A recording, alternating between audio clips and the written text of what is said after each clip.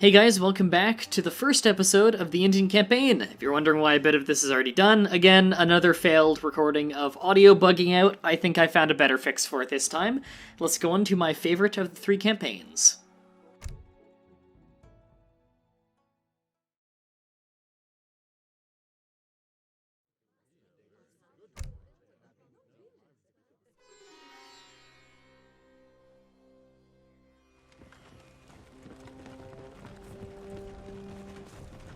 This injustice must end. The British East India Company takes our treasure, displaces our rulers, and despoils our traditions.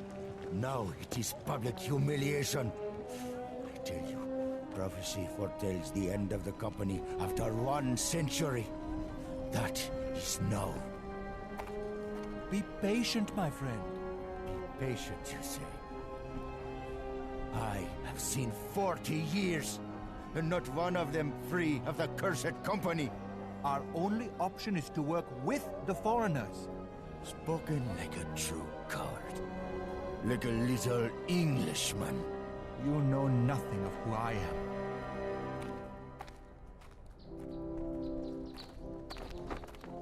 Lieutenants are here. I have but one cardinal sin. Impatience. I'm sorry, Colonel. The detainees were marched through town and stripped of their uniforms in public. Such a fate is too good for the likes of them. Execution is the preferable method. One that makes a lasting impression.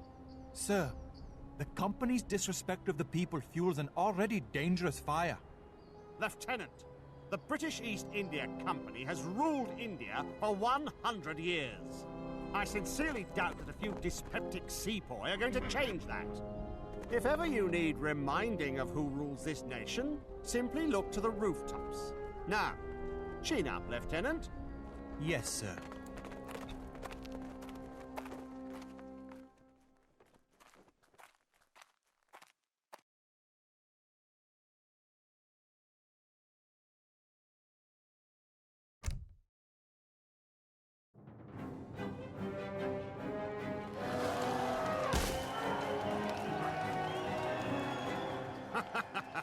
There is a bit of sport in it, isn't there, Nanib? I could be hunting fox back home in Norfolk. If the rebels wish to disrupt our flow of saltpeter, it'll take more than a few elephants to do it. That does not mean they will stop trying. Do you see in these uprisings some common purpose? They are not as scattered as you would believe. They will come together. And when they do, we will face an army. Wisely spoken. You may make an effective captain after all. Sir, a trading post is under attack to the east. Come, Lieutenant. Do not lose hope. Where there is tea, there is always hope.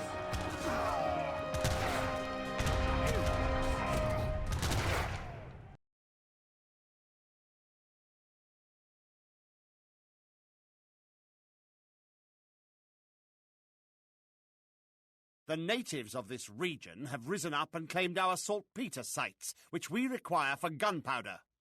We must act, and act now. We will not let the enemy have one handful of saltpeter, sir. You have my word. Now, they're gonna say 50 things in this campaign when I'm trying to talk, so I'm just gonna let them talk a little. Establish a headquarters here, and hurry. The natives are eager to win back their homeland.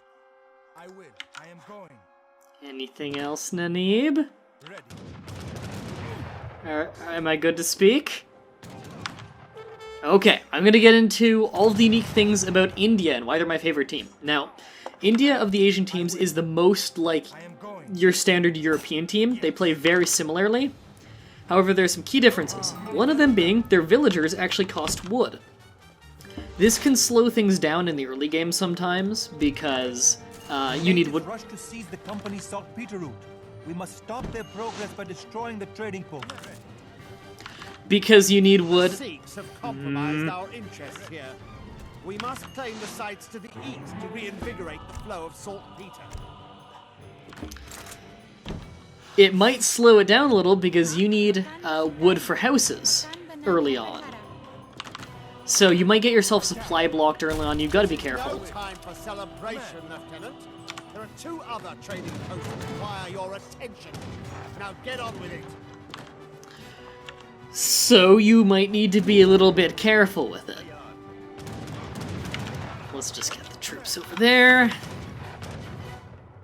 And we want to get rid of this barracks early. I will. Let's gather up the troops and do that. I am going. The other very unique thing about India immediately... Why are you going over there? Yeah, that's not even where the thing is. Okay. There we go. The other awesome unique thing about India is that every time they get a home shipment, it also ships in free villagers, kind of like Germany is with their cavalry. You guys can go over here and just defend for now. And I can have you build a house.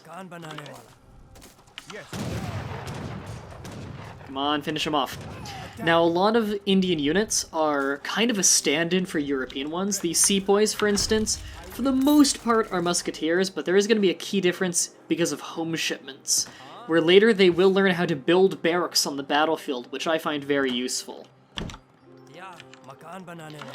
However, you need a home shipment to do that. So, quick overview of this mission, we need to get all the trade posts up. And there is an enemy base we'll need to wipe out to do that. Much like the European teams, these guys do use barracks and stables to get their mounted units and their infantry respectively.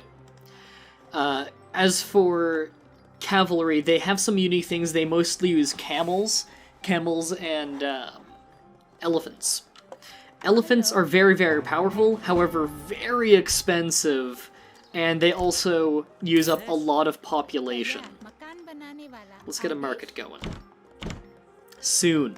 Now, you actually have a unique building as India, the Sacred Field, and this is a very big game mechanic of India that I personally really like, is you can't hunt, because of Hinduism basically, you can't hunt any cows. Instead, you can put them in a sacred field. And what the Sacred Field does is you can have up to 2 sacred fields with 10 cows each. They can train cows. Cows do not contribute towards population cap, by the way, which is nice. And as they graze at the Sacred Field, you get experience, which goes straight towards your shipments, which means they get experience very quickly for home shipments. I find that very useful because they do have a lot of unlimited cards, mostly in the wood department. They can then sell that wood at the market if they need to get other resources. So I find it very, very useful. And we need to get more food supply. Now, we start in Age 3, I believe, in every mission of this campaign, so we're not going to have to worry about aging up a lot. We can already get our good siege units. I would, however, like a castle sometime soon. I always forget that's O. What a weird hotkey for it.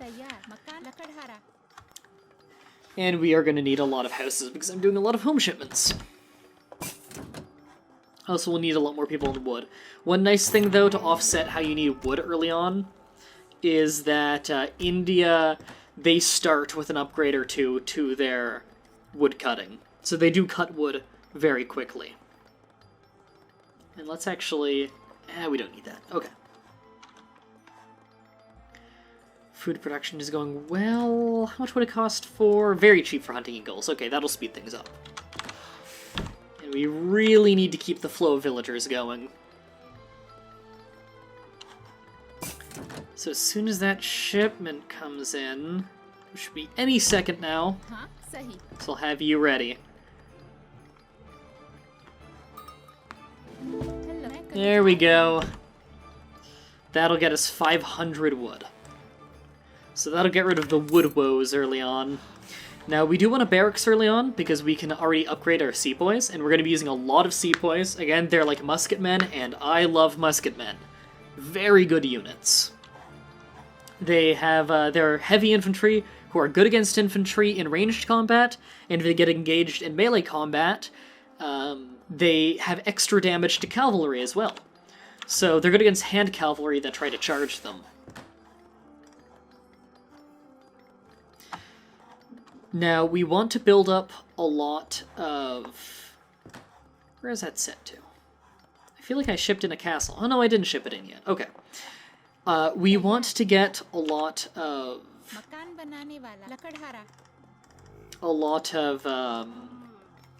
wood and gold, because we're going to be making siege elephants, that very overpowered unit I was talking about back in the Japanese campaign, and that's why I'm not attacking at all right now. I'm going to show you just how overpowered this unit is, because it is quite unfair. Okay, so we're generating experience from here now. I would actually like to train some more cows to feed there to get the experience going even faster. So need one more on top of these. These cows are a little bit expensive to build in bulk, so that is going to slow us down a little. Yes, ship in a castle. There we go. So when this field is done, it'll be generating 25 experience rhythmically. So that'll be very powerful. And I think our food production's good for now.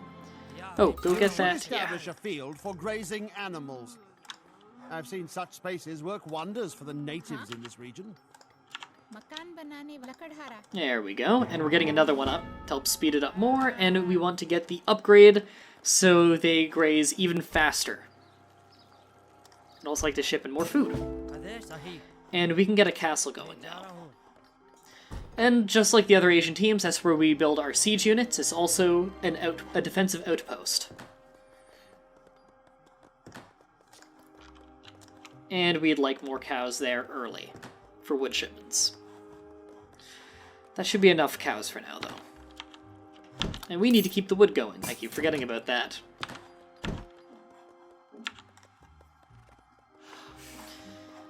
Now, our gold is actually doing amazing. That's good. We're going to use that for buying wood.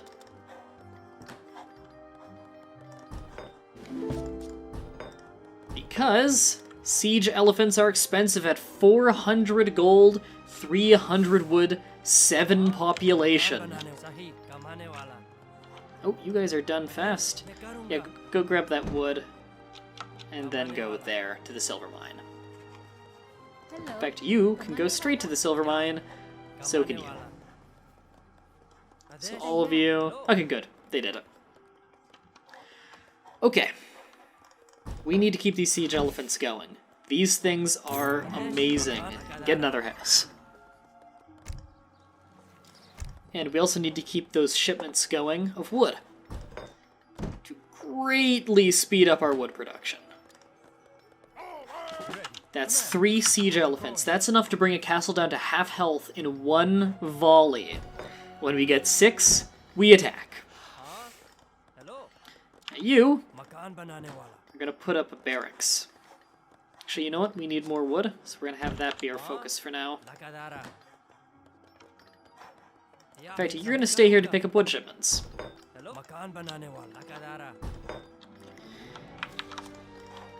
And we have not even built a place for our exports yet. However, it's mostly because we need more wood. I'm actually going to speed up wood production. We are almost ready to attack. I want to upgrade sepoys because we're using a lot of them. Now for our campaign unique units, Edwards here can train sepoys, and he trains them pretty quickly as well. Yes, they are. And where's Nanib? There's Nanib. Just like a normal explorer, trading posts. Eye of the Assassin, which is a lot of damage at a range. And Fire Command, which is very good, increases the damage of all of his allies around him. That's an awesome, awesome one. Now we can go ahead and actually do a siege elephant shipment for a large sum of food.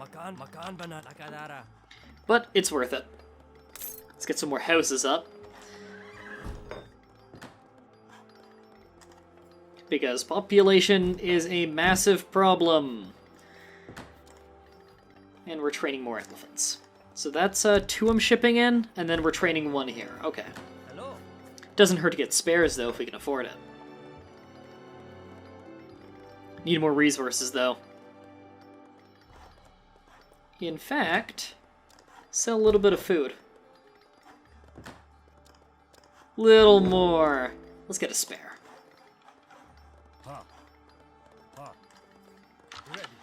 Okay, we're about ready. And we're gonna wipe out this whole stage in one big attack. Afford any more? Nah, okay. You guys are done hunting. You can hunt over here now. Okay. Now, siege elephants, they're not very fast, but they have an amazing range and an amazing siege damage. So they're not great against these infantry, although we are attacking in large groups. However, when you see them attack that castle...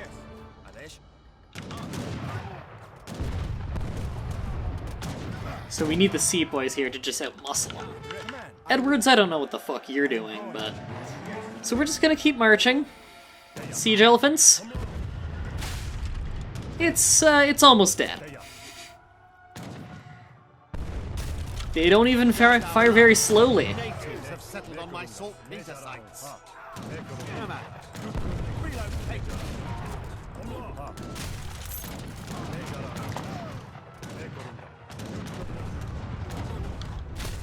That is how powerful siege elephants are, and why they're so expensive. Let's go ahead and get this going. In fact, the sepoys can keep marching. Ready? Yes. Edwards, train more.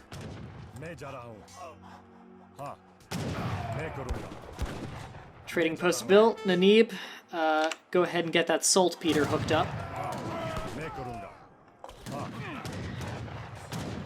Does kind of suck not having Nanib here for his ability, but we can outmuscle these guys. One volley! I'm not even worrying about my base anymore. We don't even need it anymore. You guys, keep moving. Siege elephants, take out that barracks.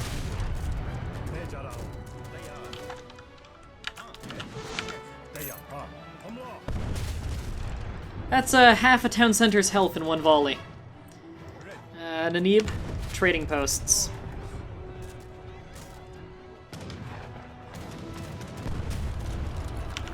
Don't let these elephants startle you, Nanib. Aim for the eyes. And we can queue up another one right after, and that'll be a victory right there. That is how powerful siege elephants are, and why you do not let an Indian opponent, an Indian human opponent, turtle. Because if you let him turtle, and you let him build up his resources, and you don't keep on him, he's gonna start making siege elephants, and there's nothing you can do about it. The best thing you can do against someone who has a lot of siege elephants is a large and powerful cavalry force to flank them and wipe them out fast. However, that's banking on being able to get to them. And the damage they can deal. Our interests in the Punjab have been maintained. You may make something of yourself after all, Lieutenant. And the damage those things can deal before you even kill them is amazing. So, once again, we're only going to get certain upgrades because we're in the campaign. However, this is a very nice one here if you're not playing the campaign. If you have your troops near a sacred field, they heal, and you get a free one. As for other things we're going to pick up, this makes it so instead of villagers with shipments, you get sepoys. I'm not getting that one, however, I will get battlefield construction, which is you can make a lot of offensive buildings with sepoys on the battlefield. The last one is sepoy resistance, which is 2,000 wood to convert all of your villagers into sepoys. It's kind of a last-ditch effort, all-in attack. I don't personally like it. For economy stuff, we're not getting any of this, not getting any mercenary stuff, because it's expensive. All we're getting are unit shipments and upgrades. Because this is the campaign and we don't need anything else. Now, upgrades that you'll want would be the elephant ones. Professional handlers is a massive one, lowers the population cost of elephant units, which you'll need because elephant units take a ton of population. tame elephants, which is 10% less on the cost of all resources involved in elephant units, as well as they train 10% faster. This is major because they're so expensive. In elephant combat, your elephants have increased attack and hit points by 15%. That's massive. Now, as for building the deck, we want to take out basically anything economy-based, because we don't need it. In fact, we can also take out a lot of 4th tier stuff, again, because we don't need it.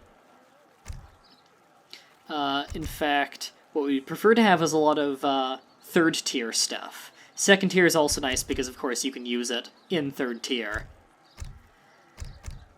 We want the Camelback Gunman. I'm not even pronouncing most of these guys' names. I don't bother because I'm not going to be able to get it right. Don't need that. H3? H3, we'll take that. Oh, no, we can't fit any more in H3? Okay, we'll take an H2 then. Okay, that's our deck built right there. Highly, highly offensive deck because we can just put up a... We can focus very heavily on food production early on, get a Sacred Field immediately, and that'll be very effective in getting us experience very quickly to have massive unit shipments. So that's it for the first episode then. On the next episode, we go into the second mission of the Indian campaign. Until next time, have a nice day.